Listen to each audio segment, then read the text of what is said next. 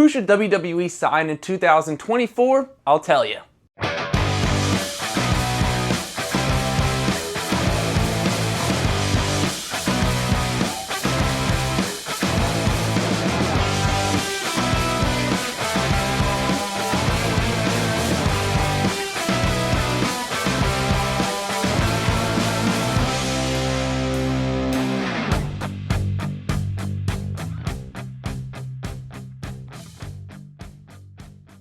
What's going on, everybody? Mark here, and in this video I will give you 5 wrestlers that WWE should sign in 2024. But before we get into that, if you want to see 5 wrestlers who should turn heel in 2024, click the link up in one of these corners. WWE is the biggest wrestling company in the world, and they had their best year to date in 2023, and I'm sure 2024 is only going to be bigger. Just because they are the best company in the world doesn't necessarily mean they have the best wrestlers in the world. And while yes, they may have many of the top talents in the world, there are still a lot of really talented wrestlers out there. WWE offers wrestlers something that no other company can: star power. If you want to become a star, if you want to become one of the biggest wrestlers in the entire world, you're gonna have to go to WWE. WWE basically is professional wrestling. You go around and ask anyone in the street, you say, oh, I like professional wrestling, they're gonna say, oh, like WWE. And while yes, there are some downsides to wrestling for WWE, if you want to reach ultimate stardom, you're gonna have to sign with the company.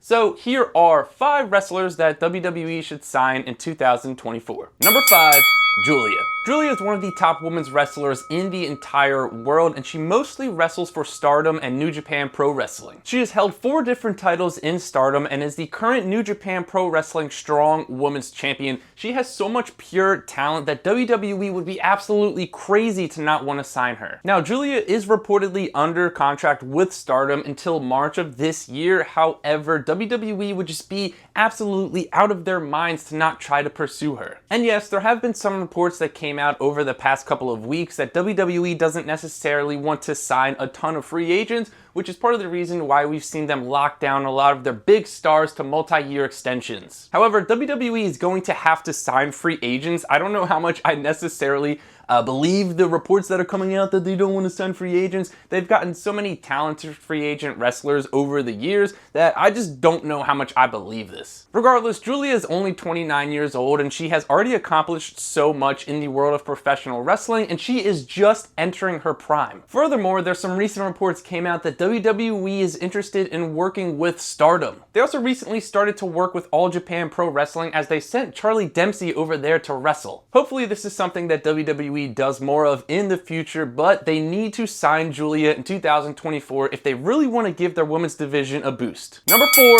Alex Hammerstone. Alex Hammerstone has been the face of MLW over the past couple of years, and he's always remained at the top of the company and kept himself relevant. He's wrestled for dozens upon dozens of companies throughout his career, and he even held the MLW World Heavyweight Championship for almost 2 years. Hammerstone seems like such a WWE guy that it's kind of surprising that he hasn't been signed yet. However, in an interview, he did say he tried out for the company a couple of times and nothing really ever came of it, and he even said that he didn't get signed to the company because the company told him that he looked too much like Triple H. Regardless of if that's true or not, he could be a big time guy for WWE, and like I said, he is just a WWE guy. He's like the perfect mold of a WWE wrestler. They're everything they want in a wrestler, so I think he is someone that they absolutely need to sign. Plus, he's only 32 years old, which means he just entered his prime, so he can wrestle for them for a very long time and really establish himself as a top star in the company. Number 3,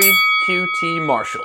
QT Marshall's contract with AEW reportedly came to an end on January 1st of 2024. He would be a great signing for WWE to have, mostly as a coach and a really good wrestling mind to have backstage. Now, reportedly, he was unhappy with the way he was getting booked in AEW, which is why he didn't sign a contract extension. So I think WWE signing him would really benefit them massively. Now, throughout his career, he held a few different titles, including titles in AAA. Obviously, I don't think he's going to need to wrestle that much in WWE. He's just kind of a veteran that's going to put over younger guys, but I think he'd be an amazing coach to have to train up the next generation of up-and-coming superstars. So that's why I think he would be a great signing for WWE on all cylinders in 2024. Number 2, Kazuya Okada. Kazuya Okada is one of the top wrestlers currently, and you can even make the argument that he's one of the best to ever do it. He's won just about every title in New Japan Pro Wrestling, and he's been the face of the company for many, many years. Plus, his contract with New Japan Pro Wrestling is reportedly up at the end of January. Okada is reportedly unhappy with the way he's been booked in New Japan Pro Wrestling, which gives us reason to believe that he would be willing to move on from the company. He's one of the top talents in the world, and WWE would be absolute fools to try to not pursue him. Signing Kazuya Okada would really make up for them not signing guys like Jay White or Will Ospreay. So WWE absolutely needs to sign Okada because they would instantly have one of the biggest stars in the world. Number 1,